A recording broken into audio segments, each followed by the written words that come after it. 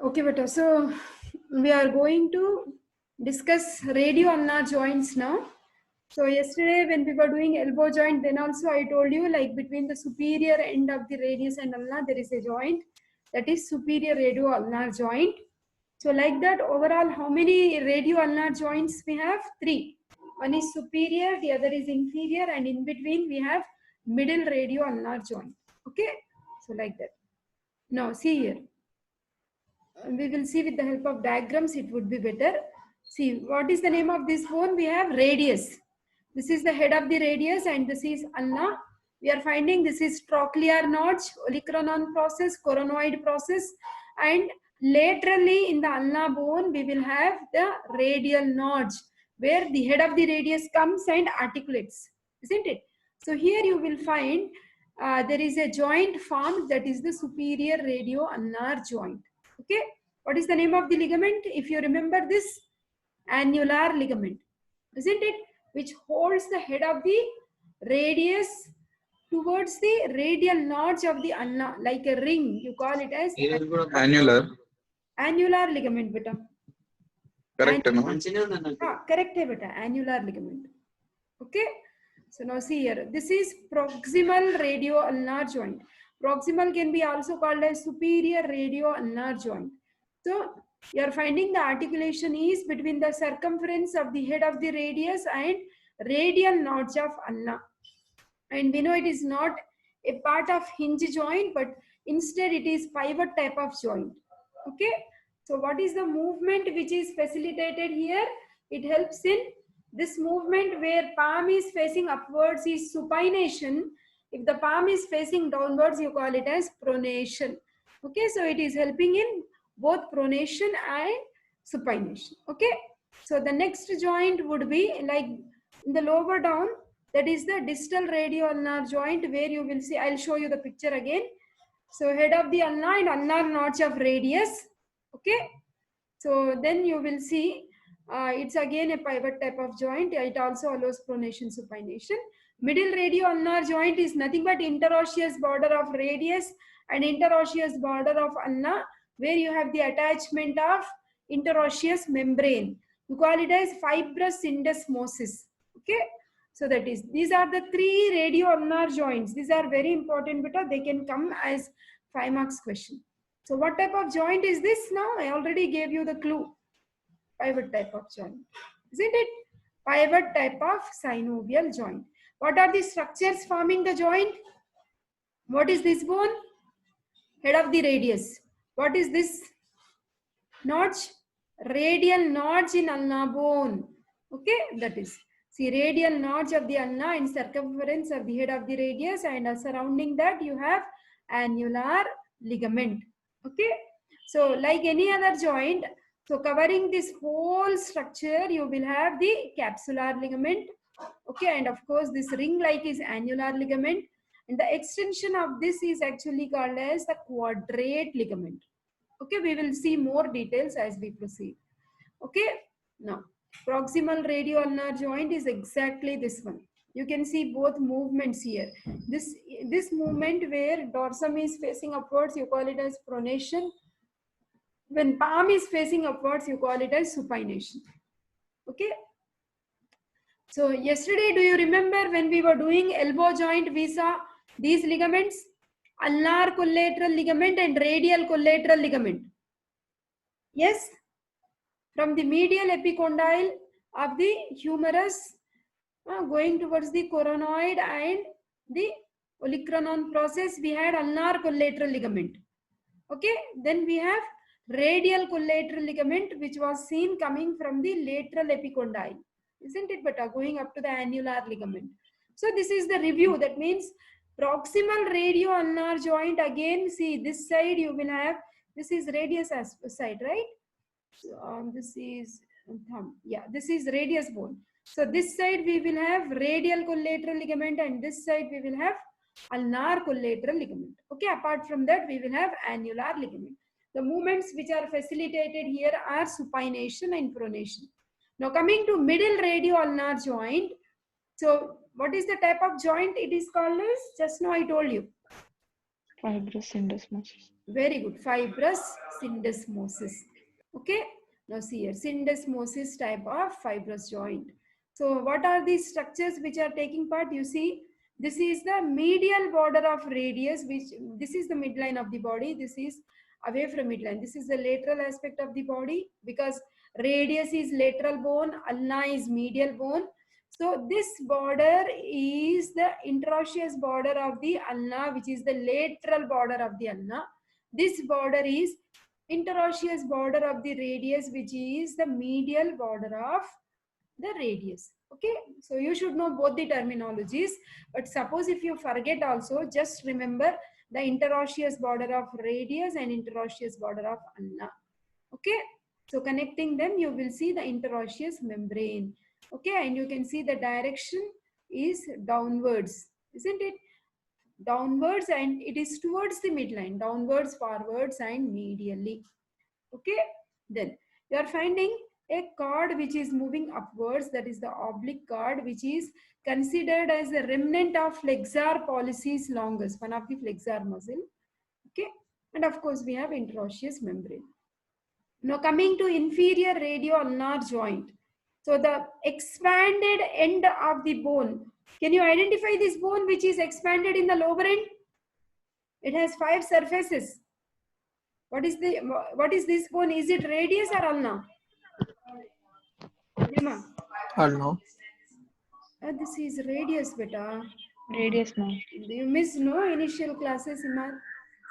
This is radius. It has 5 surfaces. I told you. Then this is the lower end of ulna. Okay.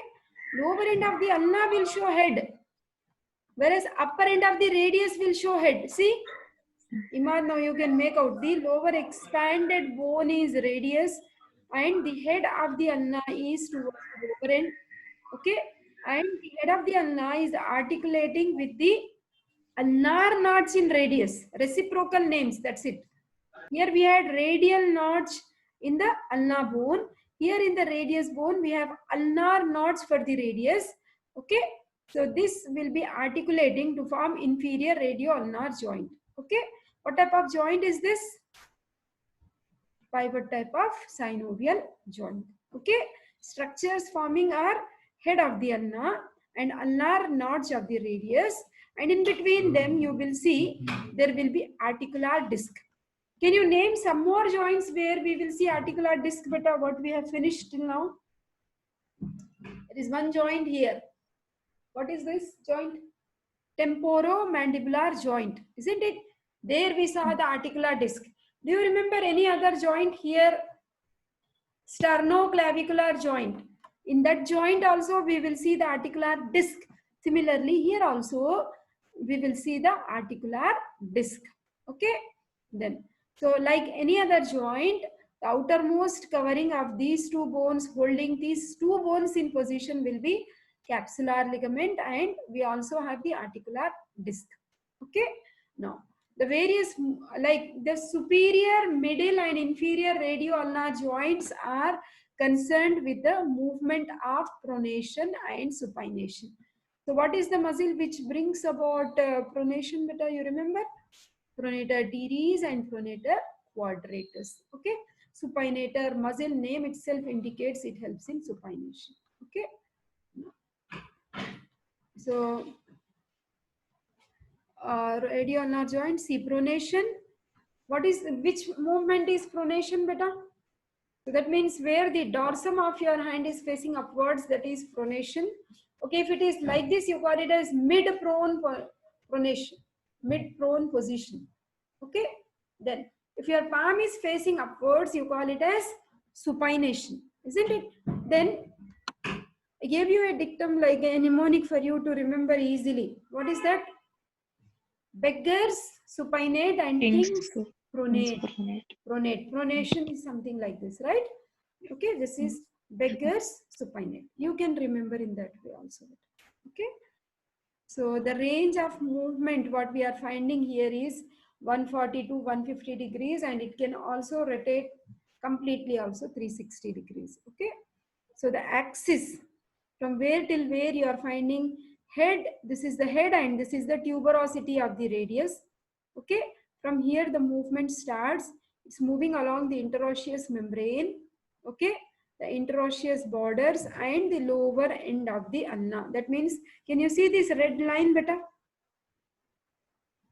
See here, axis is important beta. So from where it is moving, the movement, pronation and supination movement, the plane, how it is moving, it starts with head and tuberosity of the radius, the interosseous membrane, then the interosseous border of the ulna and the lower end of the ulna. This is the plane of axis along which the movements of pronation and supination is being carried out.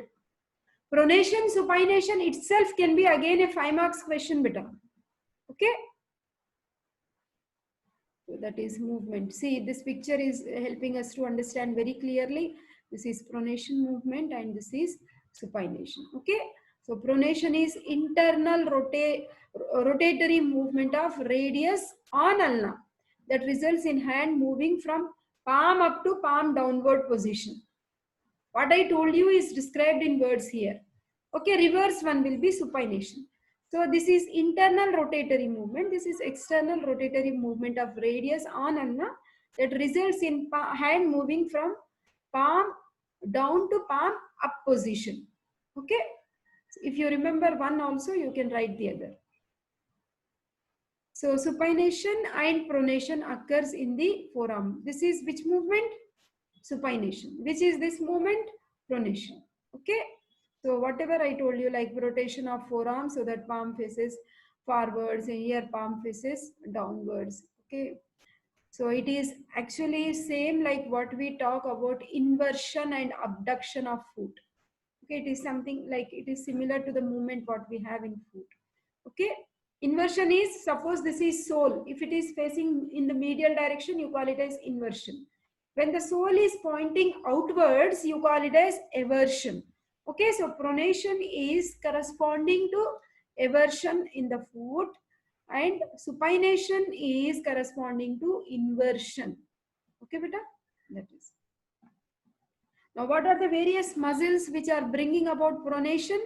What is the name of this muscle? Pronator teres and pronator quadratus. What nerve is piercing pronator teres? Radial. Is it radioulnar beta? Medially kada beta. It means if you remember cubital fossa also you can tell. Median nerve. Median nerve, very good. What sorry. nerve is piercing supinator beta? This is radial nerve. This is radial nerve. See, think logically, it is very easy. Medial side we will have median nerve and towards lateral side we will have radial nerve. Okay. So these two muscles are bringing about pronation, teres and quadratus, pronator teres quadratus. Supinator and the biceps brachiae. Do you remember yesterday also I told you biceps brachiae is a strong supinator. Where is the insertion of biceps brachiae? Radial tuberosity, posteriorly, anteriorly we will have bursa. I said all screwing type of movements, engineering type of movements are all designed based on the action of biceps brachiae. Very important muscle this is. Okay, biceps may come as a 5 marks question also. Among upper limb, the very important muscle we have is biceps. Okay, then coming to pull elbow. What is pull elbow, beta? Head of the radius is getting dislocated from the radial notch of the ulna, no? Annular ligament. See here, annular ligament is not holding the head of the radius in the radial notch of ulna. Okay, suppose if somebody is pulling, especially in small children, very badly, then you will see such clinical conditions may arise. You call it as pulled elbow. Okay. So head of the radius is pulled out of annular ligament. Okay, that is subluxation. It's also called as. Okay, green stick fracture. What do you mean by green stick fracture, beta? The fractures which are taking place in young, small, like bones of small children, where still the ossification has not occurred completely. That means the epiphyseal cartilages are still there. See, if there is a small like herbs and all, if you just fold the stem, what happens? It can just fold and it will come back to its original position. Okay, that's why it is this type of fractures are called as green stick fractures. Whereas for trees, if you once cut the trunk, it's not coming back to its original position, isn't it? So for that reason, it is occurring in small children. That's the reason you call such fractures as green stick fracture of forearm. Okay, see here. It's not a complete fracture. You see, the epiphyseal cartilages are still seen intact. Okay, so in case of small children, if they are falling with their outstretched hand, sometimes the periosteum and a part of the bone may get cracked. That is nothing but green stick fracture. Okay, bending of shaft, no true complete fracture. Usually we see in growing children. Okay, that is. So Colles fracture, what is happening in Colles fracture? Yesterday, oh, no, when I was talking about osteology, I told you. What is Colles fracture, beta? What is this bone you are seeing here? I'm showing you thumb. Colles Radius. fracture. Radius. So distal fragment of the radius is fractured and it is displaced posteriorly.